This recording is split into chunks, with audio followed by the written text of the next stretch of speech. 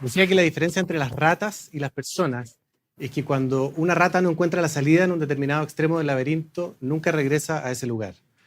Es decir, algo hay en nuestras mentes que nos hace de algún modo más difícil el aprendizaje, de lo que puede resultarle incluso a animales menos inteligentes, o que nos hace tal vez más propensos a repetir los mismos errores a lo largo de nuestra historia personal y colectiva. Los seres humanos tenemos esa extraña tendencia a tropezar dos y más veces con la misma piedra.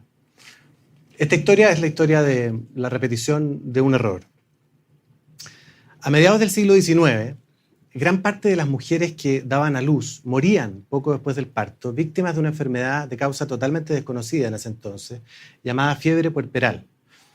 No se conocía aún la existencia de las bacterias, ni había ninguna comprensión acerca de las enfermedades infecciosas. Hasta que un médico obstetra que trabajaba en el Hospital General de Viena y que se llamaba Ignacio Semmelweis, hizo un descubrimiento notable. La maternidad donde él trabajaba se componía de dos pabellones, pero en uno, que era atendido por médicos y estudiantes de medicina, la cantidad de mujeres que morían de fiebre puerperal era mucho mayor a la del otro pabellón, que era atendido por matronas. Y él, tras mucho observar y pensar, se dio cuenta de que la clave para explicar esta diferencia debía estar en el hecho de que los médicos y los estudiantes, además de atender partos, hacían las autopsias a las pacientes que fallecían, principalmente de fiebre puerperal, cosa que las matronas no hacían. Y llegó a la conclusión de que eran ellos los que transportaban algún tipo de contaminación en sus manos desde los cuerpos de la sala de autopsias hasta las pacientes, causándoles la enfermedad y muchas veces la muerte. Semmelweis propuso entonces la norma de que todos en el pabellón de médicos se lavaran las manos con agua clorada antes de examinar a las pacientes. Y logró de esa manera reducir drásticamente la mortalidad. Sus colegas, sin embargo, fuera por arrogancia, por antipatía personal o por un apego malsano a otras teorías sobre la fiebre puerperal, desestimaron sus observaciones y sus demostraciones, marginaron a Semmelweis, que terminó muriendo en la miseria,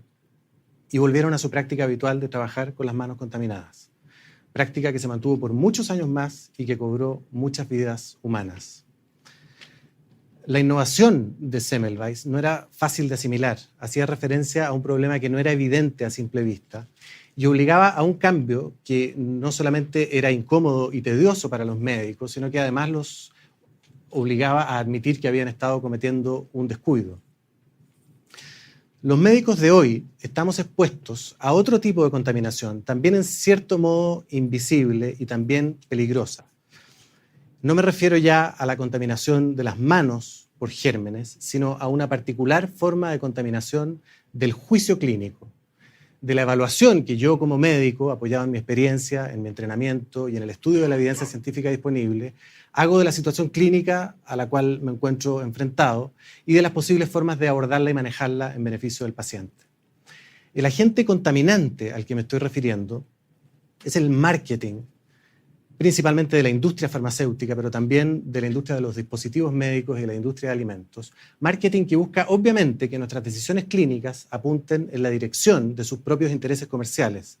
los que no necesariamente coinciden y que de hecho con frecuencia no coinciden con el interés de los pacientes. La industria farmacéutica gasta en promoción e incentivos a los médicos el doble de lo que invierte en investigación y desarrollo de nuevos tratamientos. Los laboratorios no solo manipulan y ocultan parte importante de la evidencia científica para proteger sus ventas, como nos consta, sino que además se encargan de educar a los médicos a través de múltiples instancias de formación continua que ellos auspician y regulan con la ayuda de líderes de opinión, especialistas prestigiados a los que ofrecen atractivos honorarios y mayor prestigio por dictar ante sus colegas conferencias promocionales, supuestamente educativas, muchas veces con diapositivas y contenidos entregados por el propio laboratorio y muy a menudo acompañadas por una rica cena en un muy buen hotel o restaurante. Estos expertos suelen ser los mismos que han ido instalando en medicina una cultura, una concepción farmacocéntrica de la salud física y mental, promoviendo recomendaciones que apuntan a tratar a cada vez más pacientes con cada vez más medicamentos para alteraciones cada vez más leves de su presión arterial, su glicemia, colesterol, densidad ósea, o para variaciones cada vez más circunstanciales de sus estados de ánimo, de su rendimiento escolar, o de la capacidad para mantenerse quieto y concentrado.